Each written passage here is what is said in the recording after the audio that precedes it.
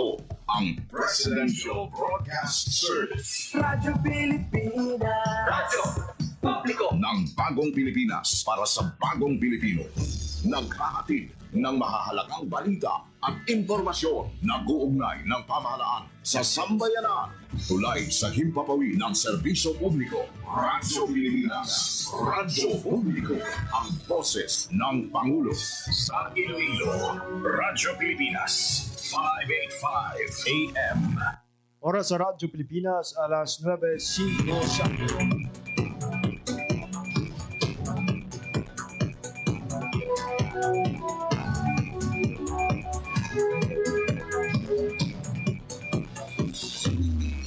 Western Visayas, Panay Island na tinamaan itong island-wide blackout. Ang pagsulod muli sa massive watershed. Pinaka-purpose na ini para sa operation nato. We have that in collaboration with the department. I am again standing up.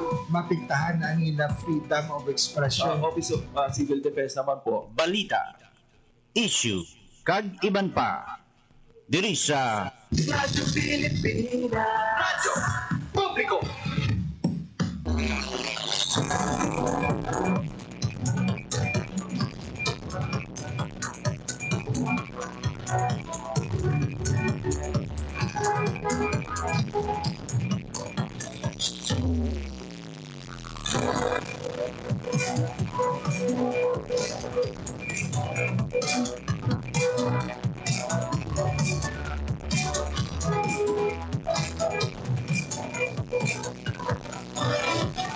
Mayong aga Pilipinas, mayong aga Western Visayas, siyudad kag probinsya sang Iloilo kag kutob sa manamutan sang amon pagserbisyo.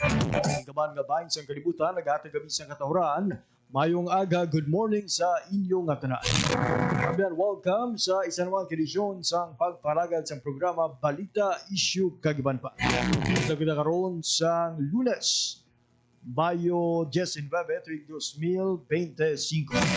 Hindi na ang ikatatlo sa apat na Lunes, karon nga ika-5 nga bulan sang tuig 2025. Ginanda maing ko po ninyo until 9:55 in the morning. Ako ang inyong alagad, JP Herbas. Aton mga sugitang palamati all over Western Visayas, provinces sa Baclan, Antique, Capiz, Guimaras, kag Iloilo. Sumumaan sa aton mga kauturan sa Negros Occidental. Good morning, good morning, good morning. Natamya-taman si Sakabayad Ayat Gablaw ang aton ng mga Filipinos living abroad and overseas Filipino workers nagaupod sa aton nga pagpahalagan pinaagi sa online.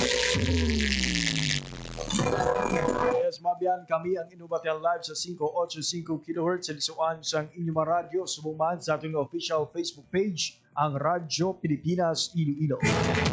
Aton nga pagpangalagad subong iya nga aga sa aton nga pag-istoryahan ang paglunsar sa mga guidelines ang igapatuman nga Western Visayas Road Safety Action Plan. Hinanway tuhay nga sektor sa kabisan nga tungdan ang nagsanib pwersa para iluso ang mas hilway nga dalan. Ini kasunod man sa nga aton nga namonitor ang madamo nga aksidente nagaluntad sa mga dalanon di sa Western Visayas, lakip na ang iban pa nga mga lugar sa pungsod Pilipinas. Yung madugduan mga biyan sa nga piniligdan nga si Semana Santa. Naman ka mga dalago nga insidente ang nagtublag sa selebrasyon mag-obserba sa Lenten season dari iya sa Western Visayas, lakip na sa Bacolod City sa Negros Occidental. Prior to this, pilaman ka mga dalaguan nga aksidente sa dalan, pila ka mga tao ang napatay. In order to ensure sang road safety, aton mga multinational government agencies nagsadipwer sa mga biyan para nga mahatagan na solusyon ang ining mga pagbinungguanay ng mga salakyan nagresulta sa kamatayon sa pila ka mga pasahero driver kag pedestrian.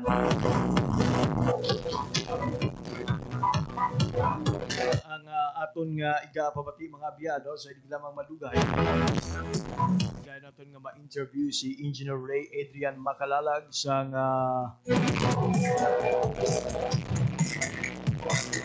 Department of Economy Planning and Development of Region 6 nga amo ang nagduso sang siniiyang proyekto ilang iyang re-entry action plan katapos ng intagbaton sa Australia Award Scholarship kag nakatapos ang Masters of Transport degree sa University of Sydney. Iplatan taman mga biyan ang pila ka mga updates gikan sa Negros Occidental, particularly sa Bulig kada palabot na sa mga apektado sa paglupok sang kanlaon. Naman sa nagligad ng Martes, liwat nga nag-alboroto ang bulkan. Dala naman sa madamol nga abo sa pila ka mga lugar sa Negros Island region. Platan taman mga biyan, mga balita gikan sa Department of Trade and Industry kag Department of Agriculture. Itong siniyang pagpangalagad subong Lunes. Kita magpatpat sa aton nga mga balita. Check anay naton mga biyan ang latest update sa lakat sa ang panahon. Ibalo naton sa Pag-asa Iloilo ang mangin panyempo mga adlaw sang Lunes. Nauman bala naton ang mataas sa gihapon nga heat index. Ano ka dako ang posibilidad maka-experience sang pag-ulan sa mga adlaw sang Mayo 19.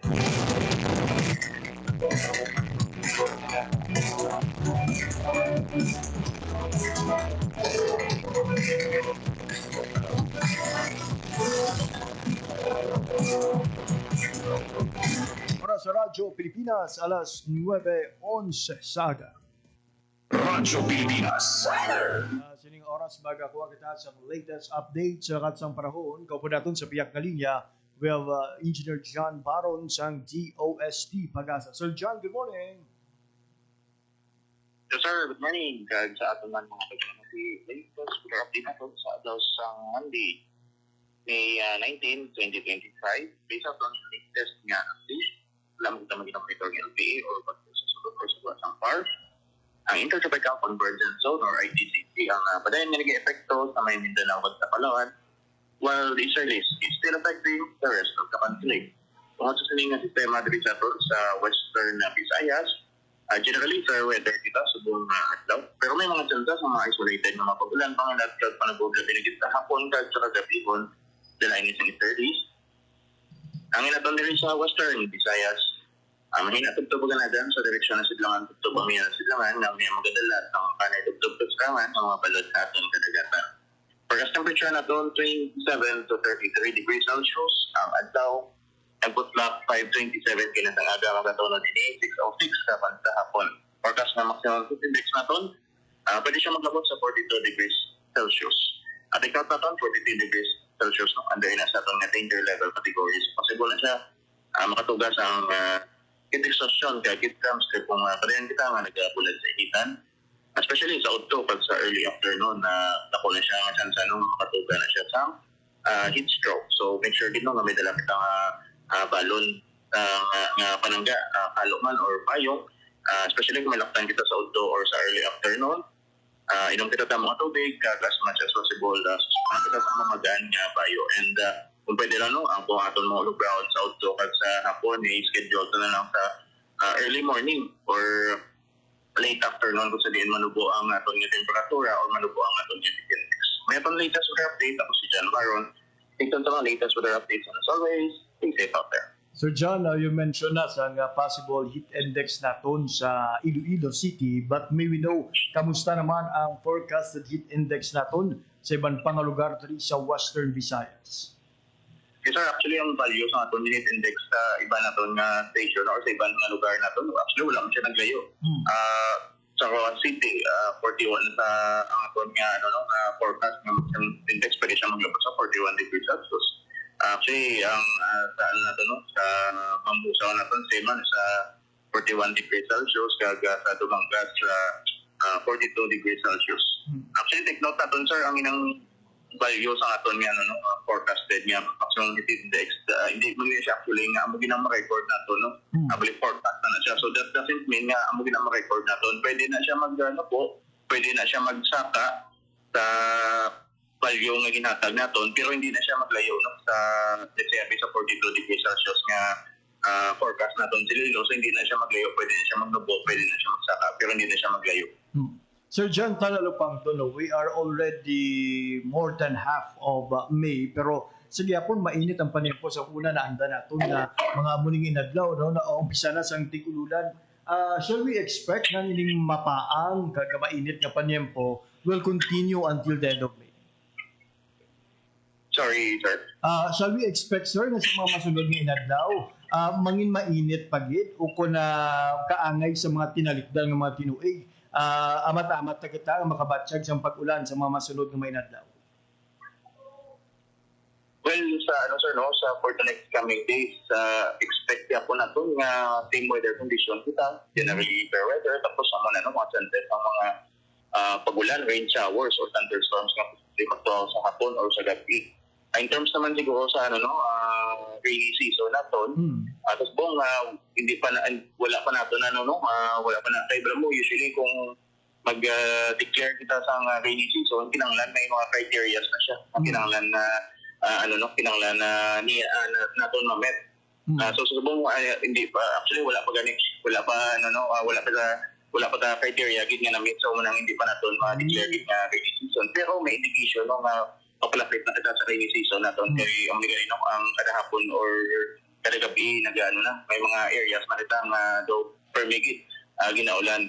Siyempre ito indication man na siya nga papalapit na ang rainy season naton.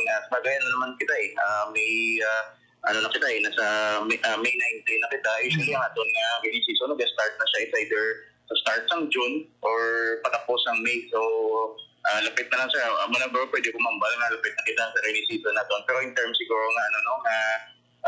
declaration sa rainy season naton, hindi pa na natin ma-declare kay may mga criteria pa na nga dapat ma-satisfy in order na mag-declare kita sa rainy season. Alright, for your time information and hatag sa Radyo Pilipinas, Sir John Baron, madamo nga salamat kag padayon. Sir, thank you and good morning. There you have it, mabiyan latest update sa kadsang panahon kitulong sa aton sang Pag-asa Iloilo. Puput si Sir John Baron sa pihak nga linya. Oras sa Radyo Pilipinas, 9:17 in the morning. Radyo Publiko! Radyo Pilipinas. So, okay mga biyan ha, ang aton sining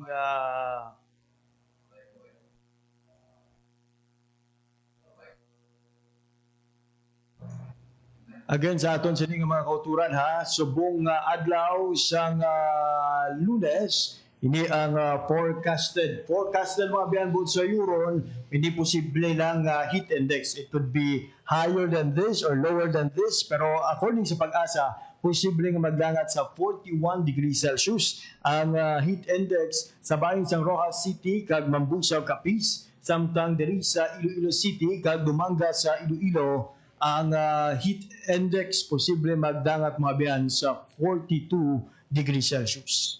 Ay sa gapo parugyan sa aton nga Office of the Civil Defense, limitahan ang pagtener sa guwa, mag-inom sa maraming mga tubig, ikawan ang pag-inom sa tsa, kape, soft drinks, kag makalubog ilimnon, magamit sang payo, magsugsug sang kalo, kag may malabak nga pako nga panapton, especially kung ara sa guwa.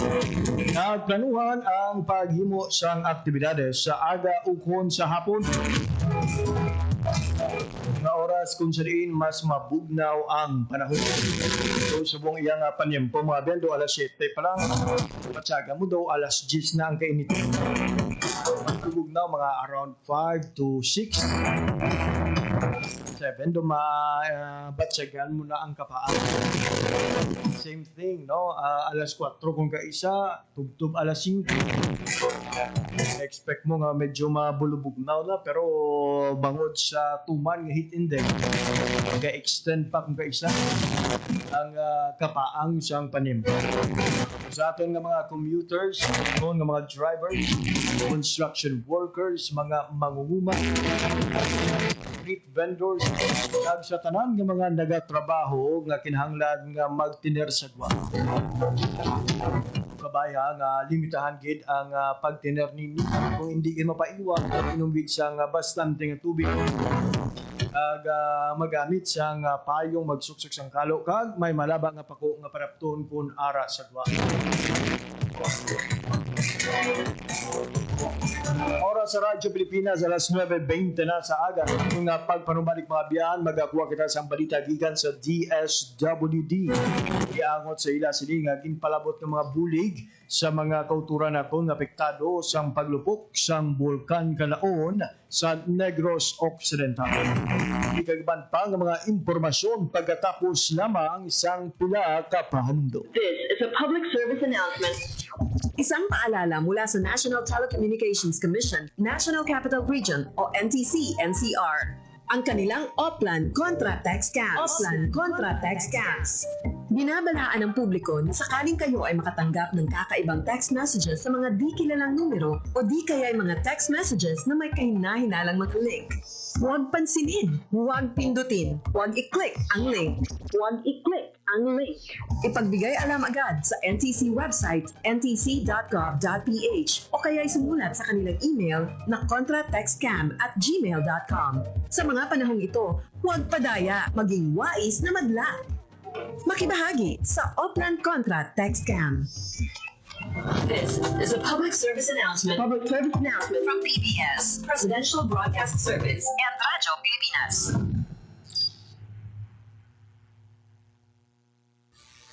Agapay niyo sa masaganang kinabukasan. Usapang agrikultura dito sa Radyo Pilipinas. Ganito na ba ang ubo ng anak mo? Baka pertussis o whooping cough na yan. Nagdudulot ito ng apnea o pagtigil sa paghinga, pagkahirap sa paghinga, at pagsusuka. Ang pertussis ay vaccine preventable. Walang dapat mamatay sa pertussis. Pabakunahan ng mga bata dahil bawat buhay mahalaga. Mahalagang paalala mula sa Department of Health. Game, 1, 2, and... Patuhon, balikat ulo, itapuitan, may mga susus. Huwag mong titigan ang hindi sa'yo at maging disenteng tao. Pare, ang catcalling ay isang uri ng sexual harassment. Di biro ang sexual harassment at di nakakamacho ang pang-aabuso. Isang paalala mula sa Philippine Commission on Women at panghimpilang ito. Hindi sa'yo yan, hindi sa'yo yan. Hindi sa'yo yan. Maliit man o malaki, ang korupsyon ay korupsyon. Kapag hinayaan, sisirain nito ang kinabukasan ng bayan. Kaya maglakas loob sumigaw ng Hindi sa'yo yan! Hindi sa'yo yan! Hindi sa'yo yan! Hindi sa'yo yan! To report about corruption, please contact DOJ Action Center at dojAC@doj.gov.ph. For 53 years, the people suffered From heartless communist terrorists who killed thousands and are killing thousands more. They destroyed families, our youth, and their dreams. There should be accountability for human rights abuses and ISL violations. Our people have had enough of this senseless violence. Thousands have already surrendered. For genuine peace and development. Together, victory will be ours.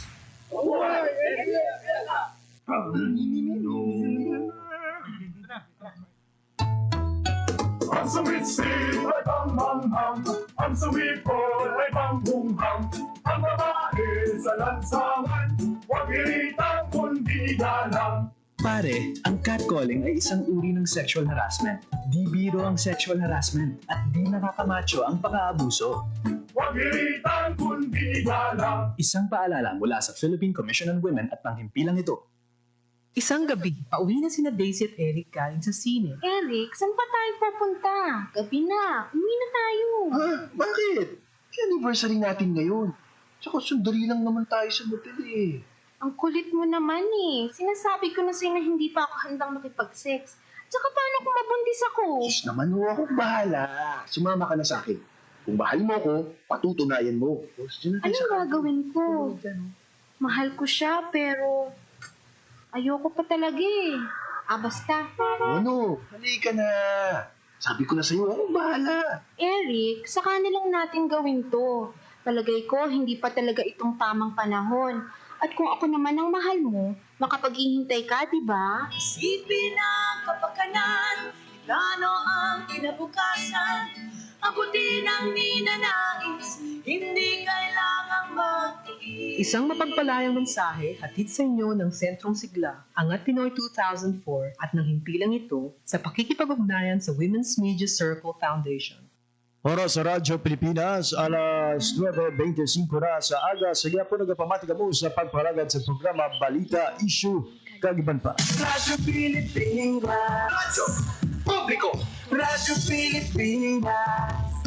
Mabiyan padayon ang pagbantay kag pagbulig sa mga ahensya sa gobyerno sa mga kultura naton sa Negros Occidental na apektado tungtong karon sa paglupok sa bulkan kadaon. Ibalo naton ang update gikan sa Department of Social Welfare and Development o kung DSWD kung pila na ang napalabot nga bulig sa mga apektado nga pamilya. Ang detalye sa balita sa live report ni Lodi Marian Grace Erenieta. Radyo Pilipinas. Radyo Pilipinas. Report. Lods, good morning. Lods, good morning. Naglabot na sa 134 million pesos ang assistance nga napalabot sa mga naapektuhan sa sining paglupok man sa bulkan Kanlaon sa Negros Occidental. Sabi sa datos ng ating Department of Social Welfare and Development Field Office 6, yara na sa 134,530,509 pesos ang assistance diri no nga ginpalabot sang DSWD lakip man sang mga local government unit kag aton nga mga non-governmental organization o kon NGO. Sa sini lods nga kantidad masobra sa 105 million pesos diriya ang ginhatag sang aton nga DSWD6. So lakip sa ginhatag sang aton nga ahensya ang 82,000 or kung masobra sa 82,000 nga family food packs nga nagabalor 66 million pesos, masobra 19,000 nga non-food items balor 9.7 million pesos kag ni ara man kita lods nga ginhatag nga financial assistance balor 29 million pesos sa mga families nato nga affected sa nga siniman nga paglupok sa bulkan Kanlaon. So as of now, lots sandig diri sa DROMIC report number 96 ang aton nga DSWD, may ara pa kita sang masobra sa 5,400 ka mga individual nga nagatinir sa 13 naton ka open evacuation centers kag masobra sa 8,600 naman sa ilang mga himata. So yari balalods ipabati naton quick lang ang ining pahayag man sang aton nga regional o kung sang aton man nga information officer sa Disaster Response Management Division sang DSWD6 si Sir Angelo Miranda sang ginpamangkot naton siya kung how ready ang aton nga DSWD in case nga maglupok liwat ang bulkan Kanlaon.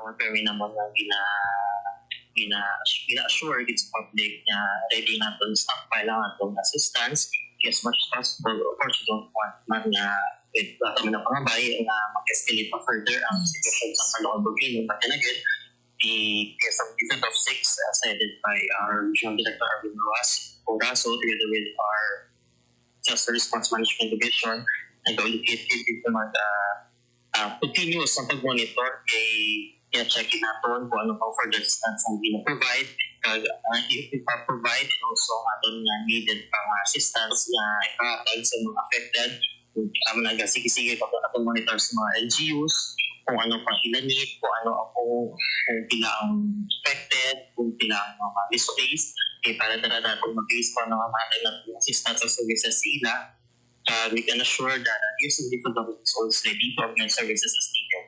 Yes. Nabatian Lods ang pahayag ni Sir Angelo Miranda, ang Information Officer naton sa Disaster Response Management Division sa DSWD6. Ang idugang lang naton Lods recently ang aton man nga DSWD nag-release ang 9.8 million pesos nga assistance naman sa mga displaced families, so kung mga yara sa sulod sang aton nga evacuation center biyang kabahin man sang aton nga emergency cash transfer o kon ECT. It's good to know nga sa piyak sang sining nga sitwasyon sa aton nga mga kauturan sa gihapon nag-aalalay gid ang aton sining nga mga ahensya sa gobyerno, not only that ang mga LGU kag mga pribado nga sektor para nga mabuligan sila sa ilaliwat nga pagbangon sa piyak sa ginatubang nga pamahog dala sa paglutok sa kanlaon. Yes, correct. And notes kag according diri sa DSWD although nga augmentation lang ang ginapalabot diri sa aton nga ahensya, but anytime nga maga-request ready gid to pull out sang aton nga mga family food packs sa nanuhay-tuhay naton nga mga preposition sites. So as of now, may ara kita sang masobra sa 149 million pesos nga bili sa relief resources nga naka-standby sa aton nga regional warehouses kag sa aton man nga mga preposition sites, Lods. Madamo yung salamat, Lods, sa imo nga balita. Para sa Bagong Pilipinas, Marian Grace Eranyata, Radyo Pilipinas, Radyo Publiko. Radyo Pilipinas. Radyo Publiko. Radyo Pilipinas. Oras sa Radyo Pilipinas, alas 9:30 na sa aga sa gapon nagpamati mo sa paglalagad sa programa Balita, Issue, kag iban pa.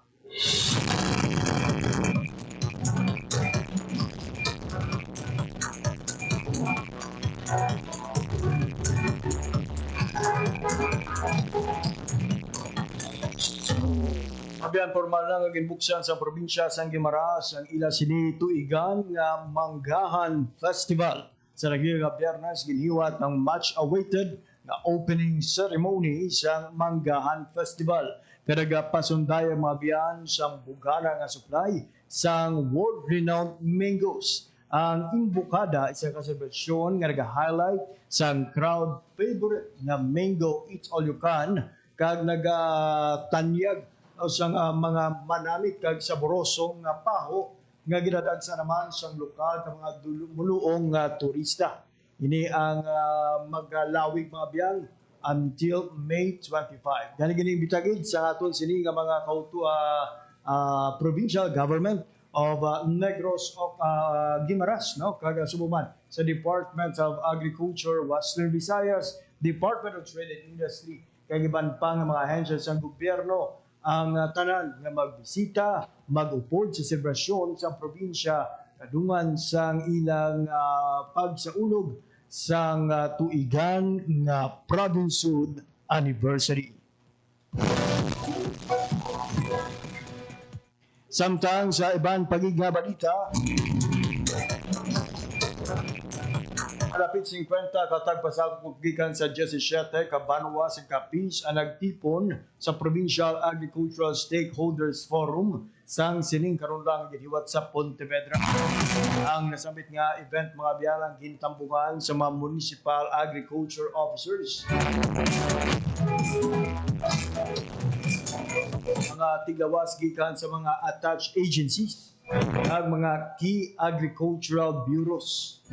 Diyan sa forum nga ma-unite ang mga stakeholders gikan sa nanuhay-tuhay nga sektor. Ila siniyang pagbinuligan para mapasangkal pa ang hibalo, development, and collaborative problem solving na umban nga makabulig hatag solusyon na mapanghangkat kinatubang sa mga manguma ka mga agribusinesses, ma-explore ang mga solusyon sa mga technological advancement para nga ma-address ang ining nga mga issue.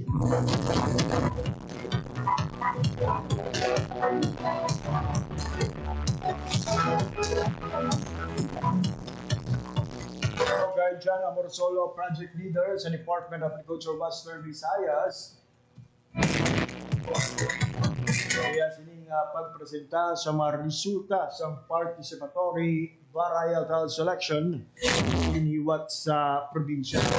Ang inisyatibo nag-validate sa mga performance sa mga newly approved rice variety providing essential data sa mga policymaker, giyahan sila mag-upscale kag pagduso sang sining nga mga variety. In pagbahin man ni Amor Solo ang mga ang DA PhilRise Competitiveness Enhancement Fund o kon ARCEP program sa diin masobra sa 75,000 kabag sang quality rice seeds ang allocate o kung ginpain sa kapis. Ini ang iga-distribute mga biyan in coordination sa mga local government units with recipients undergoing registration and interviews. Updates on seed distribution, encoding, delivery ang igahatag naman sa mga LGU official. Hanggang sa ibang panaton nga balita,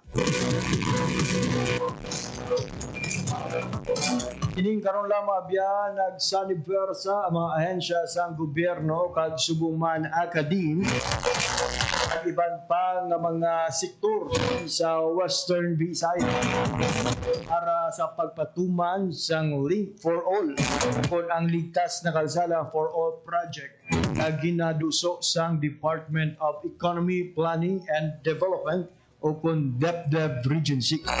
Dari pamatian natin mga biyan ang kabahin sa lingin payag ni Engineer Ray Adrian Macalalag ang nagduso sang sining nga plano ang pagpatuman sang Link for All project. We heard nga may mga developments na sa imo sining ginduso nga Link for All project. Ano ang latest ni sir?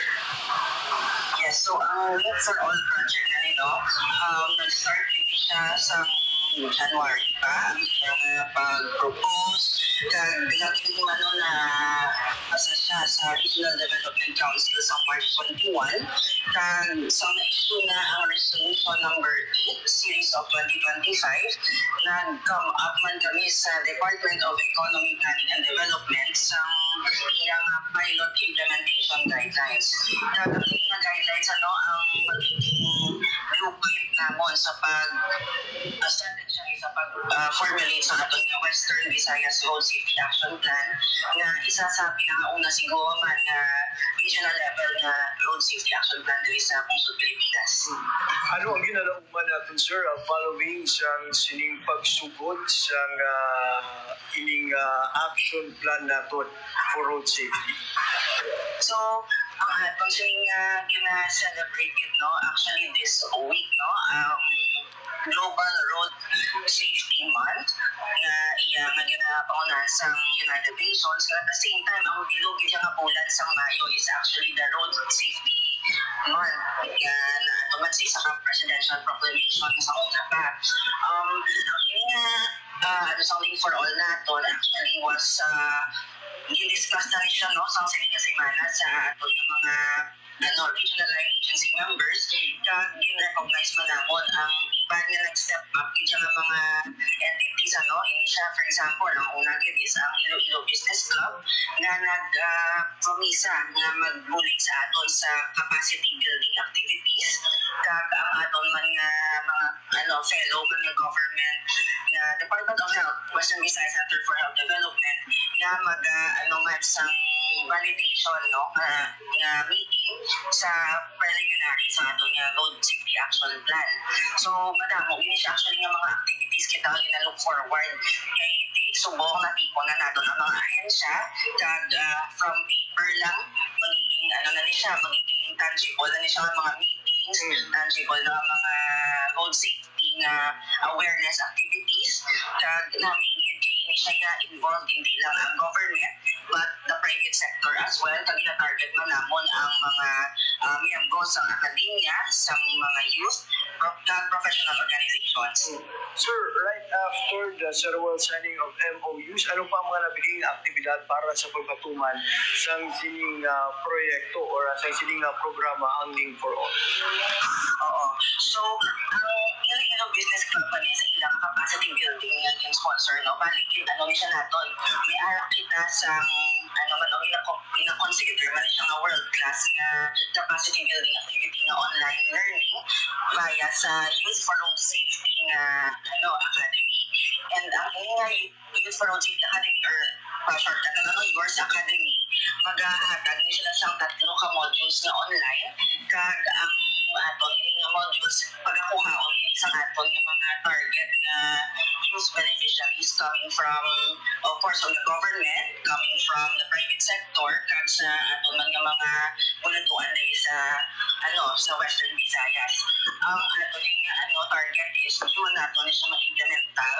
Tapos by July may kita sa ginatawag na Lead for All Summit. So ini siya nga summit ang magatipon na sa mga plan formulators naton kag makuha kita sa mga inputs nila base sa ilang experience sa aton nga mga dalanon kag pati man ang ilang ginahandong na maging kalidad sa aton dalanon in terms of safety. So, amo na siya so far until July, Pero we target the Regional Road Safety Action Plan to be approved by the Regional Development Council sa mag-abot December 2025.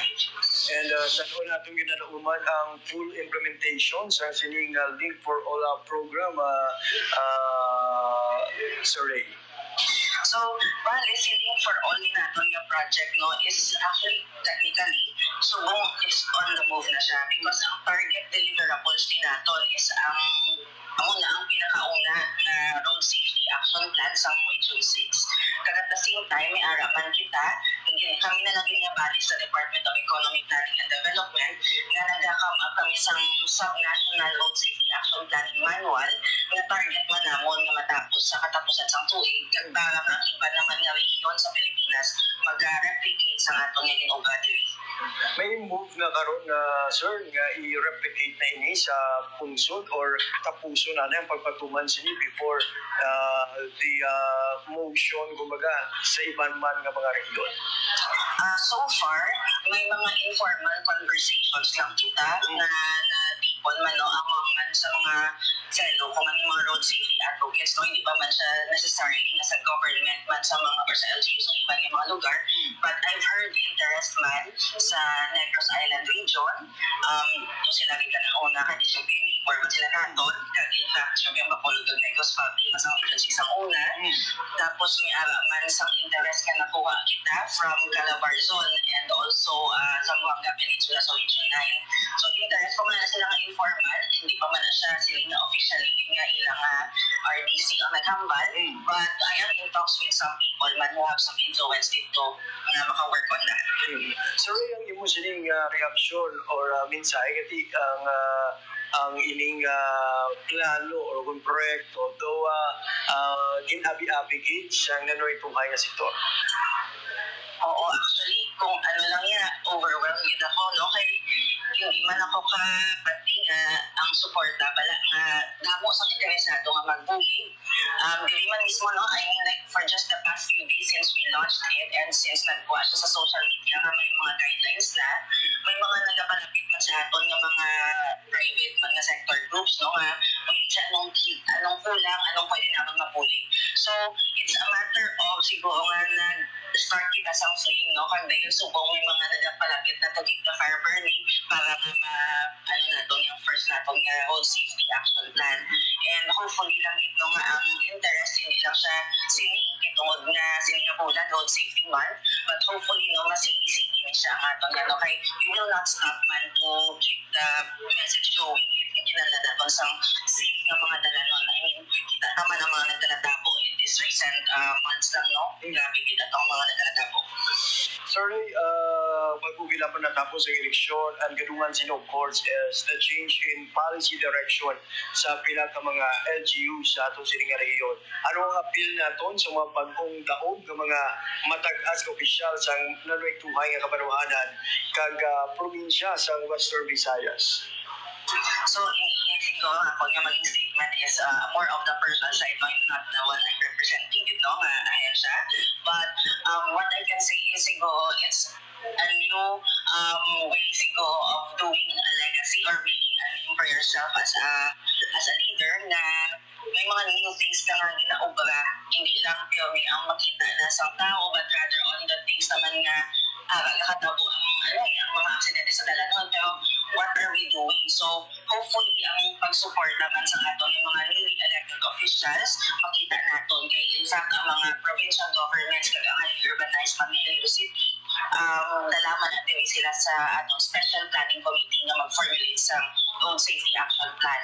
And siguro not yet very official, but we are also in talks no, kasi last time sa pag-meet ko with Iloilo province, they are also coming up with their provincial plan, and they also want to align their plans sa aton yung ginakam up na regional action plan. So namin ini siya nga ang mga probinsya manaton, kag siguro sa local level man sa mga munisipyo kag sa mga siyudad, na may ara man sa action plan nila nga ang konteksto sa ilang lugar kag ang kultura na embed kay let's just be honest nga, hindi man siya one size fits all ang pag-acto natin sa road safety. May kanya-kanya kitang konteksto sa mga lugar natin kag kinahanglan natin sila i-consider. Alamoy ka salamat, Engineer Ray Macalalag. Last lang mo sininga mensahe sa tanan nga pumuluyo, mapapasahero, pedestrian, gamit sa aton sininga mga dalanon. So akong siguro nga major mensahe sa ila is that tanan kita no may ara sa contribution sa road safety, maskin sa pagtabok naton sa dalan, maski sa pagpili naton sa pag-choose no, between public transportation kag sa pagpakalman sa aton nga pang pribado nga mga salakyan, may mga contribution na sa road safety. So hinali nga hopefully mag-suporta kamo sa gina-formulate nga plan. Hindi lang ni siya ang gobyerno, tipon gininamon pati man ang aton yung mga representatives sa various na sectors, including the private sector. And once na na ni ang plan, nami pag-suportahan ni naton tanan kiti sa aton man ining solid goal naton nga mabuhinan ang mga kapatay sa dalanon kag kung may mga aksidente man nga matabo, hindi masamaran o hindi magka-permanent disability man ang aton nga mga biktima. So Ray, madamo nga salamat sa imong oras kag impormasyon padayon. Salamat kay Sir JP. Ang kabahin mga biyan sa nanging payag ni Engineer Ray Adrian Macalalag sa Department of Economy, Planning and Development kung kilala na karon bilang DepDep kadaga bulos sa ngalan sang sadto anay National Economic and Development Authority o CONEDA. So ilagi nga ginaduso ang ining pagpatuman sang proyekto kag iya nga ginakalipay bilang tingtusok sang sining re-entry action plan nga mainit ang pag-abi-abi kagalangin suporta sang nanuway-tuhay nga sektor from the government to youth groups, professional organization, academe, kag private sector. So ang ini nga plano mga biyan ang kabahin sa ligtas na kalsada for all o kon Link for All project na ginuso sa DepDep. Sining kalunblang ang gilunsar ang implementation guidelines sa proyekto kasunod sa pagtukod sa mga special committee. Ang mga regional line agencies naman na nagtukod sa mga planning team para sa multimodal transport kag land use planning, safe road use, infrastructure vehicles kag post-crash response. Ang ining plano mga biyan ang mag-adapt sa local approach o kung mag-adapt sa mga practices sa local context samtang ginapasiguro nga nagasamto ini sa karon nga global plan sang United Nations kag Philippine Road Safety Action Plan sang Department of Transportation. With these strong collaborative efforts, nagapati naman si DepDep Region 6 Regional Director Engineer Aracio Gasing Jr. nga ang Link for All project magadala sa madamo nga positibong nga resulta kag kabay magahatagid sa solusyon sa mga aksidente binungguanay sa mga dalanon. Alas 9:48 na sa aga.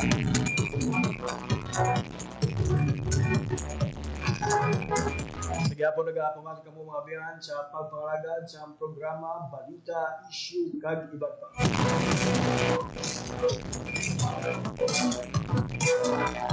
Sa nagdigay nga Sabado, formal na naging-proklamar mga biyan ang mga nagdalaog kandidato sa pagka-senador.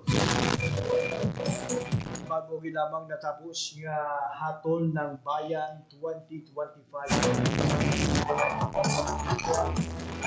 Nagkaroon sa hapon mga biyan, ginalauma naman ang proklamasyon ng mga nagdalaog party list organization na stress karon sa hapon sa 10 City Manila Hotel.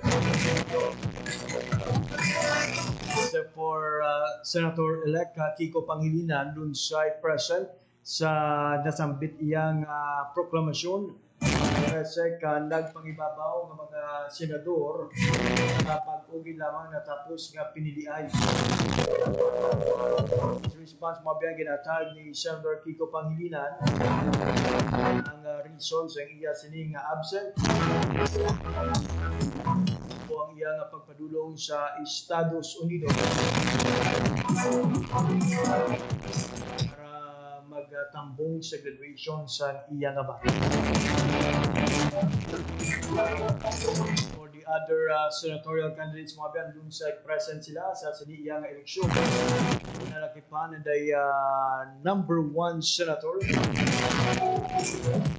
Onggo. 2 si Anay Senador Bam Aquino. Rank 3 si incumbent Senator Bato de la Rosa. Number 4 si Erwin Tulfo.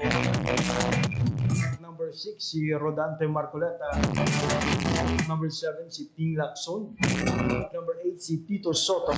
Rank number 9 si Pia Cayetano.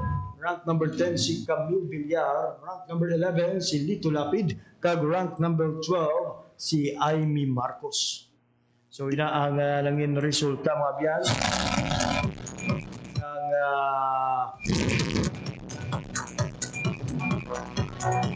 ay sa pagka-senador bago lamang natapos kahatol ng bayan. Oras sa Radyo Pilipinas, 9:51 in the morning. Nalagita sa oras nga nabili sa atong sininga pagparagan. Nagilamang kong tumatong edisyon sa mga adlaw sang Lunes, Mayo 19, tuwing 2025. Para sa akong mga katuwang technical, Mr. Alan Defante sa studio at Mr. Rochelle Jones Hotahero sa transmitter.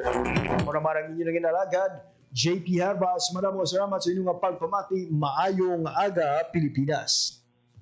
Balita, issue, kag iban pa. Diri sa Radyo Pilipinas. Radyo Publiko. Radyo Pilipinas. Radyo Pilipinas. Radyo Publiko. Radyo Pilipinas. Radyo Publiko.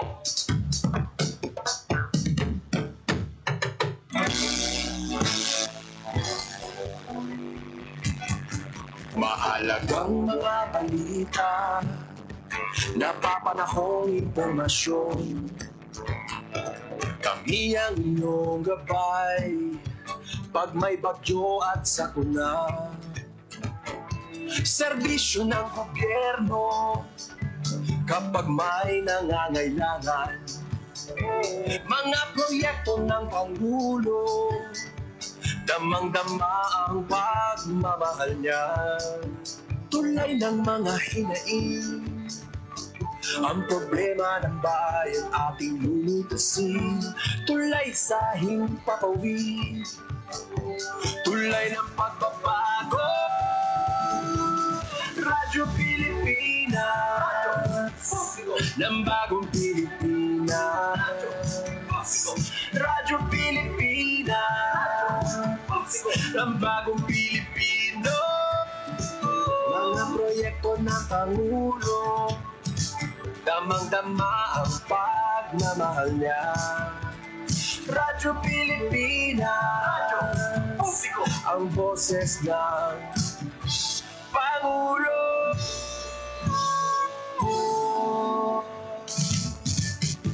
Karamay niyo kami, kahit malayo man kami nakakarating.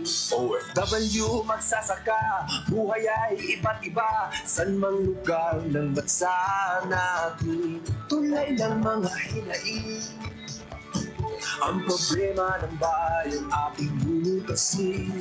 Tulay sa himpapawid, tulay ng pagbabago. Radyo Pilipinas, radyo publiko ng bagong Pilipinas. Radyo publiko, Radyo Pilipinas, radyo publiko ng bagong Pilipino. Mga proyekto ng Pangulo, damang-dama ang pagmamahal niya. Radyo Pilipinas, radyo publiko ang boses ng Pangulo.